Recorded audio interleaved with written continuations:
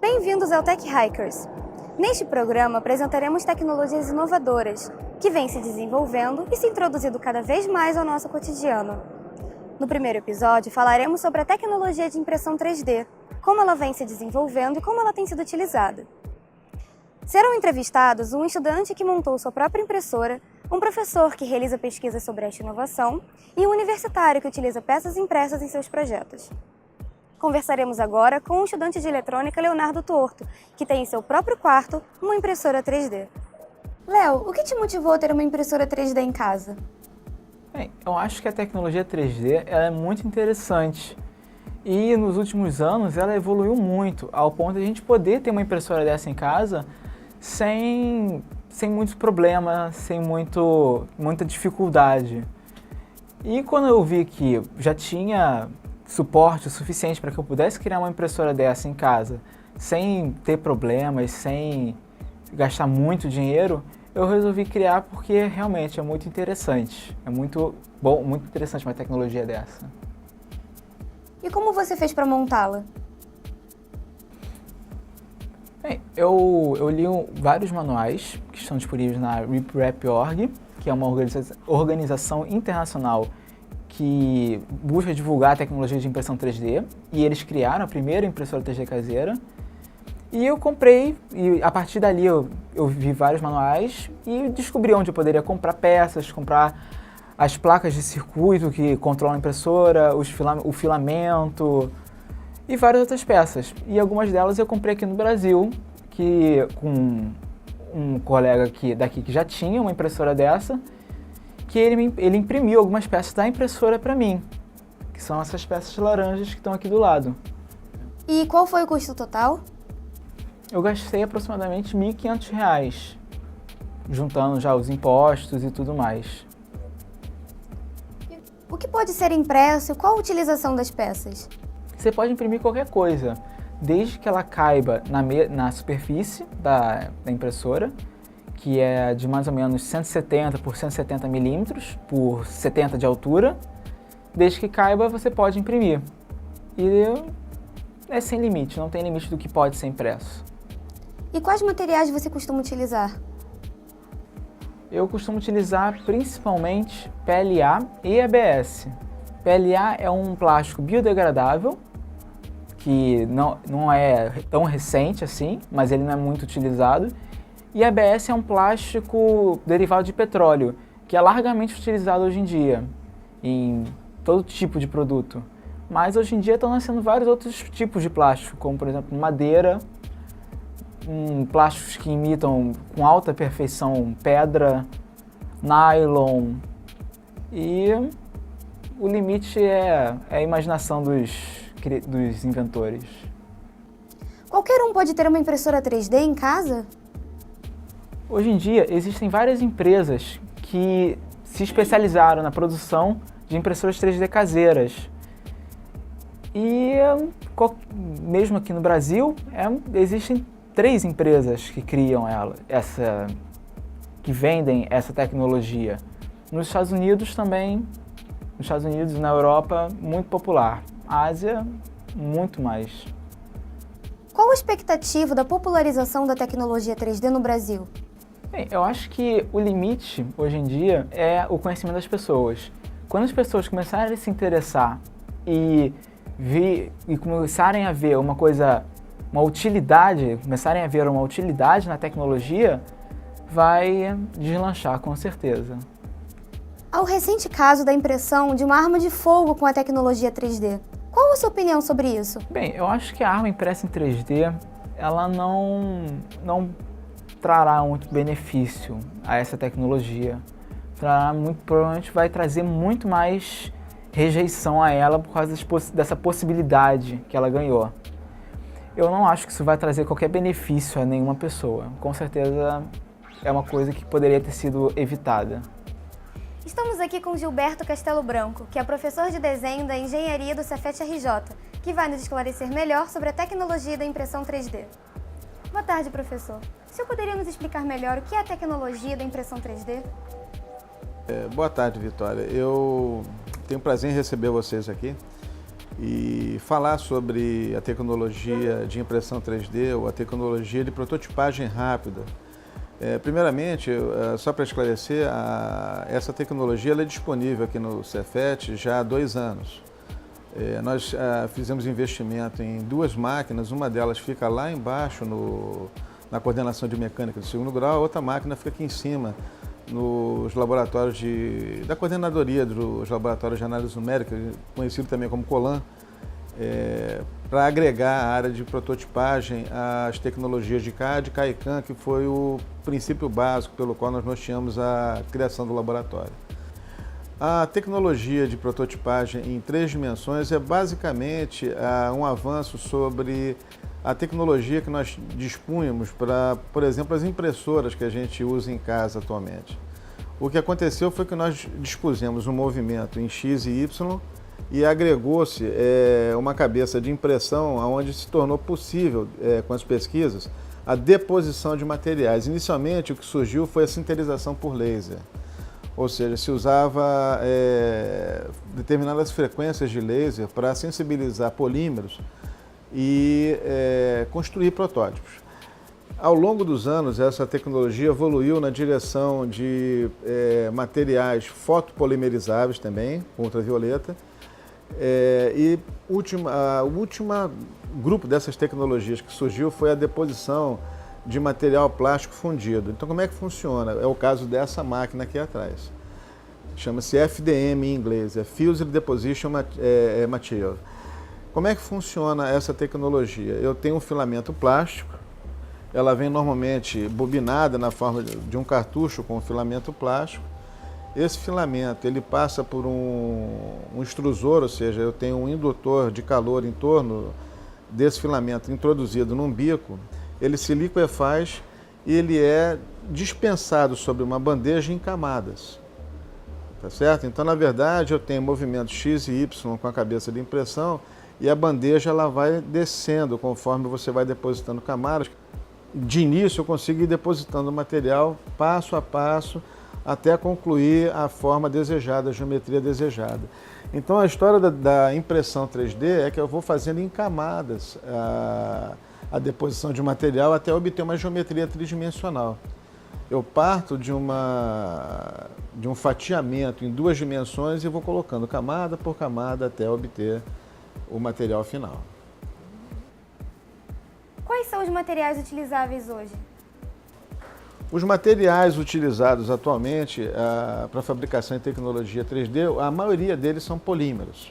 Os outros materiais, veja bem, não existe limite para isso. É tudo uma questão de adaptar a tecnologia de comando numérico ao uso de um determinado material. E o que cria diferentes tecnologias é justamente a adaptação aos diferentes materiais. Então nós temos os polímeros, temos metais, ligas metálicas em equipamentos de sinterização por laser, que é possível depositar um material metálico. Ele demanda posteriormente ser tratado, algum tipo de acabamento, mas que resulta, por exemplo, em próteses, tanto próteses dentárias quanto próteses, ortopróteses para amputados. E a principal aplicação é essa na indústria aeronáutica e também a indústria aeroespacial.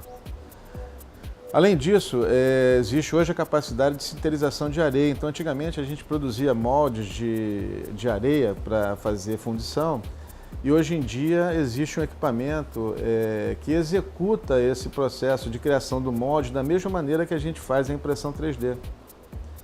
Ele simplesmente vai depositando, compactando camadas de areia e vai sinterizando com laser, criando assim um molde de fundição direto no equipamento com alto nível de precisão. E quão resistentes são as peças impressas? Olha, elas variam desde a quase nenhuma resistência até a aplicação final. Por exemplo, as peças metálicas, elas têm quase que o mesmo tipo de resistência mecânica do que as produzidas pelos métodos convencionais que nós conhecemos, como laminação, forjamento, com tratamento termomecânico. E já no caso das peças poliméricas, onde se concentra boa parte das aplicações hoje em dia, elas têm um nível de resistência mínimo que permita trabalhar o protótipo quase que a nível funcional, ou seja, quase que como um produto acabado. Uma peça impressa, ela pode ser utilizada apenas como protótipo ou ela serve também para o consumidor final? Bom, como eu disse, essa peça, os modelos que a gente consegue gerar com essa tecnologia, dependendo da necessidade de uso, ela pode servir só como protótipo, se ela não tiver, por exemplo, capacidade térmica acima de 70, 80 graus, esse material ele se softiza, ele fica maleável. Então, se houver temperatura envolvida no processo, isso não é muito adequado. O senhor acha que essa tecnologia veio para ficar?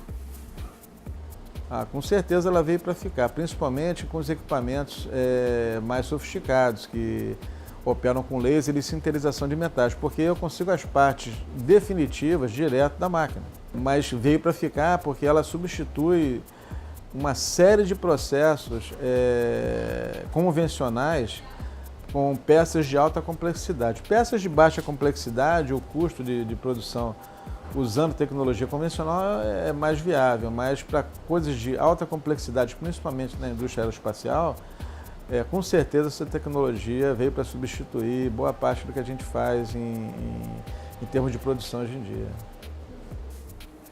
Ao recente caso da primeira arma de fogo impressa com a tecnologia 3D, qual a sua opinião sobre isso? Sim, em relação a esse caso polêmico dessa criação de uma arma, bom, o que eu tenho a dizer é o seguinte, desde que o homem criou qualquer tipo de tecnologia visando melhorar a sua condição de vida, parte dessa tecnologia foi usada, vamos botar entre aspas, para o bem e para o mal. Quando a gente pegou a pedra lascada e usou a pedra lascada para fazer uma lança, então a gente usou com a justificativa que era para caçar, para conseguir alimento.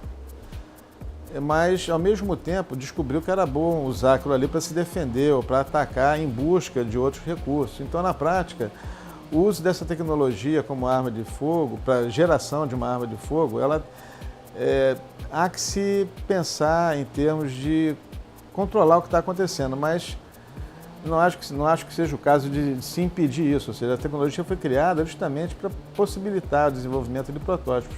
Infelizmente, as armas de fogo fazem parte desse arsenal de coisas que a gente é capaz de criar. Mas essa tecnologia não é a única metodologia, não é o único processo de obtenção de uma arma de fogo. Você pode usar tecnologias convencionais. Então, na prática, é muito mais uma questão de quem está mexendo com a tecnologia do que a tecnologia em si. Ou seja, seria você demonizar a tecnologia porque alguém usou aquilo ali para criar algo que supostamente pode criar perigo para alguém. A gente precisa separar uma coisa da outra. Quando a gente faz o juramento do engenheiro, a gente assume que não vai criar nada que possa ferir o homem. Mas vira e mexe, a gente se vê criando coisas que depois ganham aplicação militar. Ou boa parte daquilo que a gente tem como tecnologia foi, na verdade, criado inicialmente para uso militar e aí então ganhou conotações de uso civil, ou seja, não dá para você dissociar uma coisa da outra, dá para você pensar em educar as pessoas para que elas não usem aquilo ali de maneira errada. Quais são os seus trabalhos na impressora 3D? Olha, nós já desenvolvemos bastante coisas aqui com a impressora. Inicialmente, a gente começou com os testes, com os materiais que vinham, com os arquivos que vinham com a impressora. Outras coisas que nós fizemos foi construir modelos para uso acadêmico. Então aqui eu tenho alguns modelinhos que nós usamos para fazer ilustração das teorias que a gente apresenta nos cursos de desenho com os alunos. Inicialmente isso daqui foi feito para as aulas de metrologia lá no ensino médio. E a partir desse modelinho que eu fiz lá para o pessoal, a gente pegou e desenvolver um set para demonstrar, por exemplo, vistas em corte, em desenho técnico. Uns apoios para peças num projeto chamado Quadricóptero, um projeto de fim de curso. E, como eu disse anteriormente, algumas coisas na área do mini Baja também e do aerodesign. O pessoal do mini Baja estava com dificuldade de testar a suspensão do carro. E era muito caro fazer essa peça em uma empresa que fizesse a usinagem para nós, mesmo dando apoio ao projeto do mini Baja. Então, o que nós fizemos? Nós investimos nesse material, nós sabemos que ele é relativamente resistente, então nós produzimos o berço e o sistema de adaptação da suspensão para testar a geometria da suspensão. E foi bem sucedido, essa peça foi usada para testar a geometria e depois disso o mesmo protótipo foi encaminhado para uma empresa que usinou isso daqui em aço. Com isso, essa tecnologia demonstra também a capacidade de reduzir os custos de teste e os custos de adaptação de um projeto, porque ela consegue queimar etapas em tentativa e erro, que antigamente a gente teria que produzir várias peças até chegar à conclusão se ela está adaptada ou não à situação que a gente pretende. Além disso, nós trabalhamos com o desenvolvimento de um protótipo de um robô, um manipuladorzinho, que serve para acompanhamento de alvo, que a gente vai mostrar mais tarde um pouquinho lá no laboratório, um dos laboratórios de pesquisa do Departamento de Engenharia Elétrica do Centro, especificamente lidando com os alunos de automação. Viemos aqui checar um dos projetos em que o professor Gilberto está envolvido no Laboratório de Processamento de Sinais e Instrumentação no Cefet. Estamos aqui com o Daniel, que vai nos mostrar um pouco mais desse projeto. Eu sou aluno de graduação aqui do Cefet, atualmente no 8º período de Engenharia Industrial de Controle e Automação, e com mais alguns amigos nós estamos desenvolvendo esse projeto, que é um manipulador robótico, com características similares a um braço humano, como vocês podem ver, e a finalidade dele é nada mais que perceber ou captar a presença de um objeto, alvo, que vai ser previamente definido por um operador, e a partir do momento que ele identifica esse objeto, ele vai convergir a sua posição para esse objeto e lançar um aviso luminoso, digamos assim, um laser, até esse ponto. E existem diversas aplicações para esse tipo de projeto, né? Na indústria, com corte a laser de chapas metálicas, esse tipo de coisa.